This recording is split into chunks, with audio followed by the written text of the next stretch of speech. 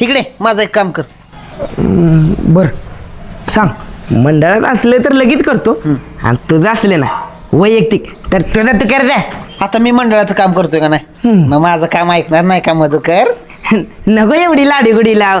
बर सांग सोपं असलं तर लगेच करतो.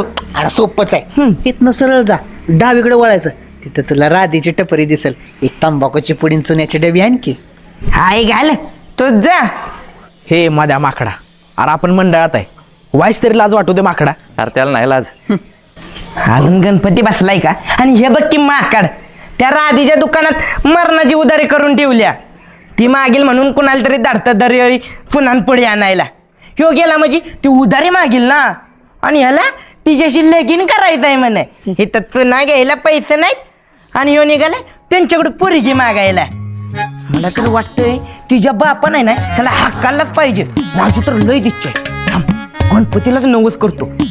ह्या गुणामुळेच तुमची लग्न होत नाही माकडांनो. या अशा बोकडा दाड्या वाढवता. ए शुभ्या, अरे कुत्रा, मला काय मी बोलतो या आणि तू ऐकून घेतोस वय? अरे मंडळाचा अध्यक्ष आहेस का कोण आहे कुत्रा? अरे बाबा माझ्याकडे कशाला येतोयस? आता अध्यक्षानं मंडळ चालवायचं का? हे असलं समजा करायचं. असं वय, मग करा तुमचं तुम्हीच, जातो मी घरी. जा. हे अरे पर त्या थांब केला का? पहिला ह्याला मंडळात बाहेर काढ. अरे येईल त्याच्या आबरू काढतं ही. ए वळू जा बाबा घरी. तुला झालं गळ. जातो मी, पुन्हा या माझ्याकडं, मग सांगतो तुम्हाला.